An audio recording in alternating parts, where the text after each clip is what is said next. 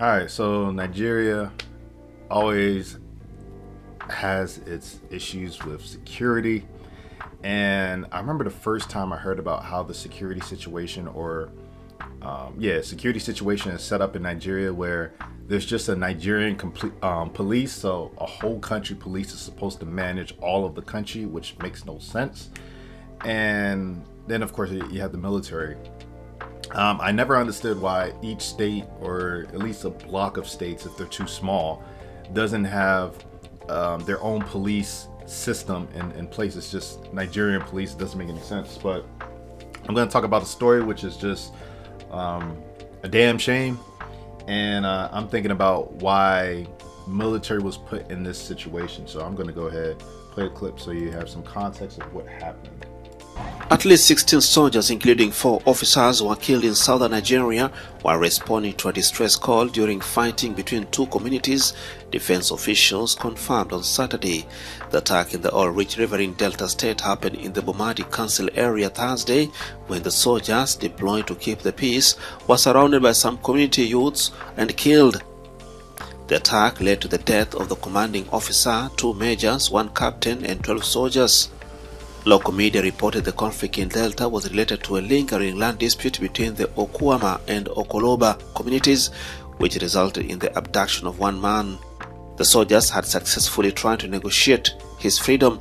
Though mostly deployed on special security operations across West African country, Nigeria soldiers are sometimes sent to resolve conflict in communities, especially in areas with inadequate security presence or where deadly clashes are common.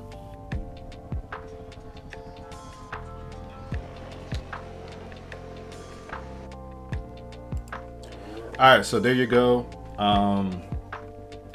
You got a whole bunch of generals and commanders that was killed in a domestic dispute in southern Nigeria, so south area, Delta region, where all the oil is at. There's always seems to be fighting in that area, and it's unfortunate because I'm thinking about, okay, you got the issues that's going on in northern Nigeria. You had the 200 students that were abducted.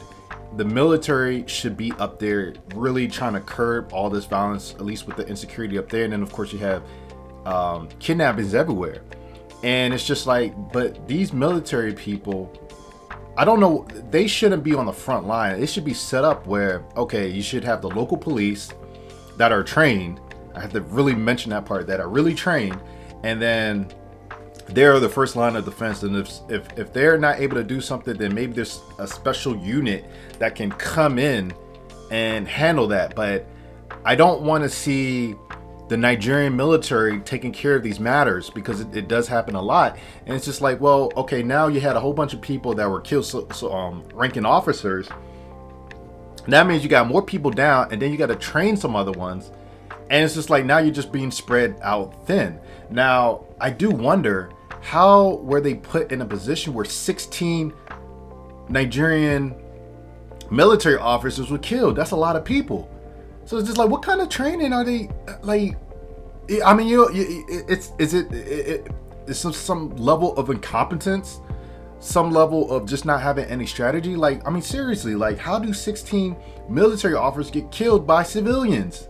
So it's just like, no wonder why the terrorists or whatever are able to run circles around the military. If this is what's going on, like, I mean, it's unfortunate, but it's an unfortunate situation.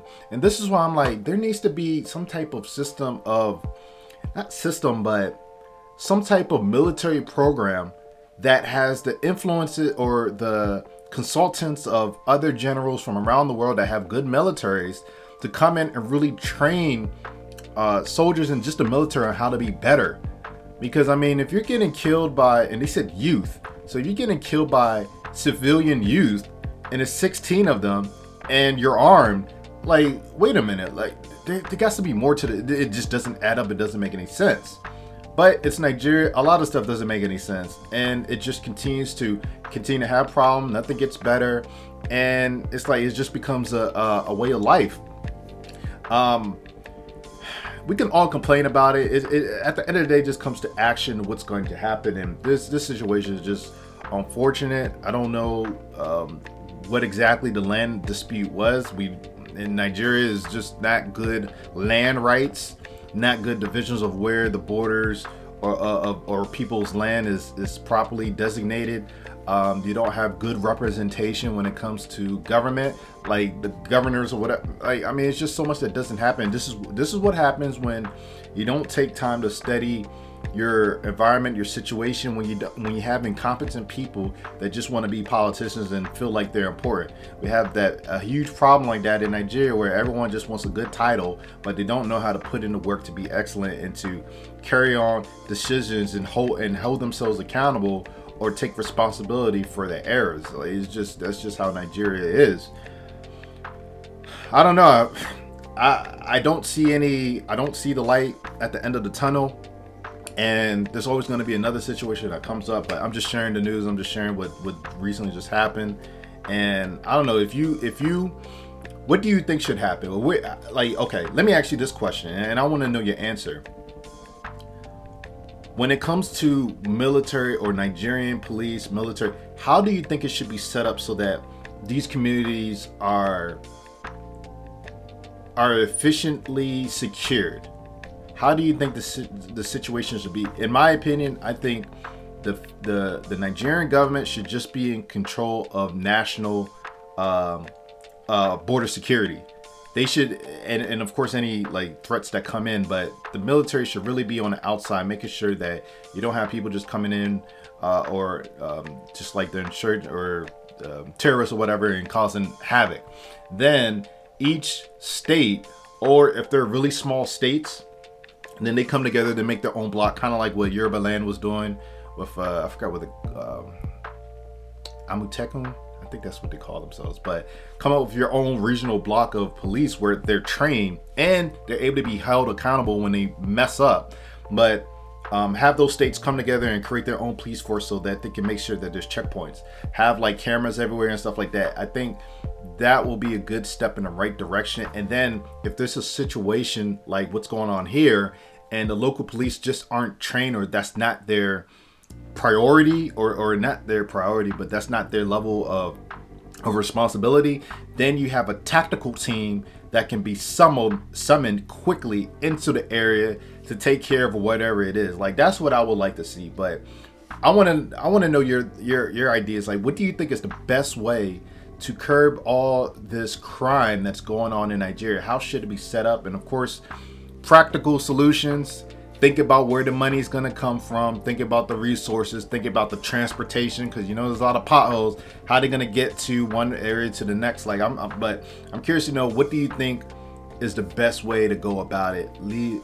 Let me know, and I'll love to read it. So that's what's going on in Nigeria right now, and it's unfortunate, but hey, this is just a thing that just starts to happen all the time. We just get after a while you start getting desensitized to it. But yeah, so I like to talk about solutions. So let me know what you think should be done. Stay tuned for the next video.